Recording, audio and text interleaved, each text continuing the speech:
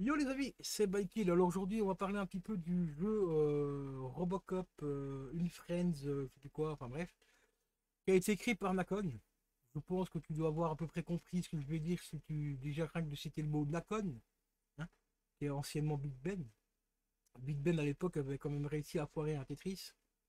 Hein. Bon, un Tetris, bon, bref. Ici maintenant ça s'appelle Nacon, ils ont changé de marque, hein, bah, tu comprends bien, ils sont pas débiles, hein. Les gens se sont rendus compte que Big Ben entreprise, enfin développement, c'était une grosse merde. Donc du coup, bah, ils ont changé de nom. Maintenant, ils s'appellent Nacon. Et c'est pas mieux, hein. C'est franchement pas mieux. Que dire du jeu? Graphiquement, il est propre. Franchement, il n'y a pas à dire. Il est dans la même lignée que le premier qui est sorti il y a 2 ans. Le prix, que dire du prix? 30 euros, ça reste quand même correct, même si c'est pour moi un DLC et pas un jeu à part entière. Bon, il y a quand même quelques heures de jeu dessus, hein, donc ça va. Mais c'est quand même un DLC et pas un jeu, un nouveau jeu comme certains le font, enfin comme certains veulent le faire croire. Donc ici on incarne donc toujours Alex Murphy, donc Robocop, qui doit aussi affronter des nouveaux ennemis, des nouveaux types d'ennemis et tout ça, beaucoup plus résistants pour certains.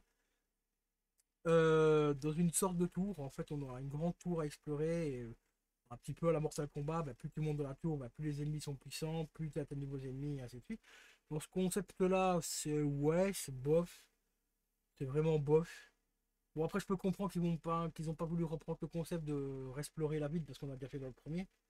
Mais de là, bah, uniquement rester dans une tour, à part de temps en temps une petite cinématique jouable où on voit Alex Murphy quand il est flic et qu'il rencontre un ancien ennemi qu'il avait affronté à ce moment-là, avant qu'il devienne Robocop. À part ça, le jeu est redondant. Tu gravites à tour, bah, Mortal Kombat, quoi, c'est vraiment ça. Alors, que dire des bugs? Que dire des bugs? Eh ben, tu prends le premier, tu refais la même chose, hein, tu changes le titre. Voilà. Bah, tu changes le titre du jeu et tu as le même jeu. Des bugs de collision, des bugs où tu veux faire une mission, tu dois prendre un ascenseur, t'as pas le bouton, t'as pas le petit bouton pour enclencher la cinématique. Donc tu recommences, donc tu éteins ton jeu, tu relances ton jeu. Ah, mais magie, le bouton il est apparu. Voilà. En 2025, des bugs comme ça existe encore. Eh oui, c'est Nacon. C'est Nacon, hein. T'enlèves le NA et t'as juste con, quoi. Toi, con. Ouais, con. Bah, si c'est une meuf qui a développé le jeu, bon, bah, c'est une conne. Non, franchement, le jeu a été développé vraiment par les stagiaires de chez Nacon, hein, c'est pas possible. Donc, payer 30 balles pour avoir encore la même mère qu'on a eu il y a 2 ans, non. Franchement, ne prenez pas le cap, bah, ne n'achetez pas. Par contre, si vous voulez faire le premier, il est actuellement sur Steam à 4,99 pour 5 balles, ça va. Mais pas 40 euros quand il est sorti à l'époque. 39,99 je crois que c'était, ou 39,90 je sais plus exactement, ou 47 euros je sais plus exactement. Enfin bref, ah oui, si, presque 50 balles avec le pack pour avoir un costume supplémentaire et une arme supplémentaire, je crois.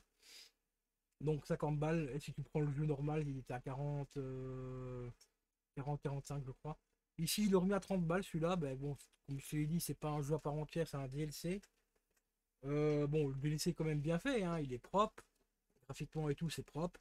L'histoire n'est pas trop pourrie. Mais on a toujours les mêmes bugs à la con. Par Robocop, il avance, il tombe devant un caillou, il peut pas avancer. Un caillou, quoi. Un putain de caillou.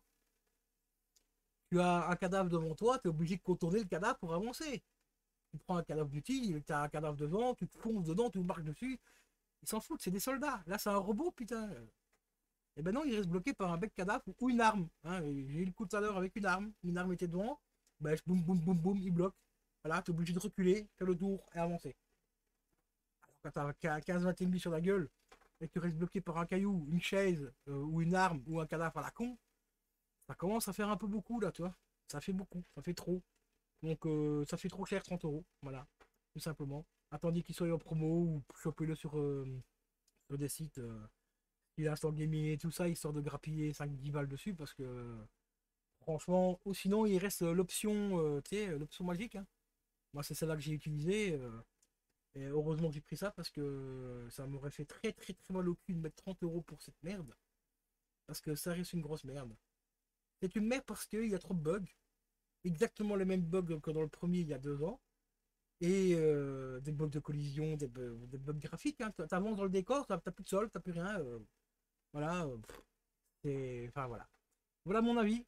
Donc si tu veux te faire pigeonner, eh ben, tu passes par la case Pitching. Si tu veux pas te faire couillonner, bah, tu passes par la case pirate. Voilà. Hein. Voilà. Voilà. Tout simplement, il n'y a rien d'autre à dire.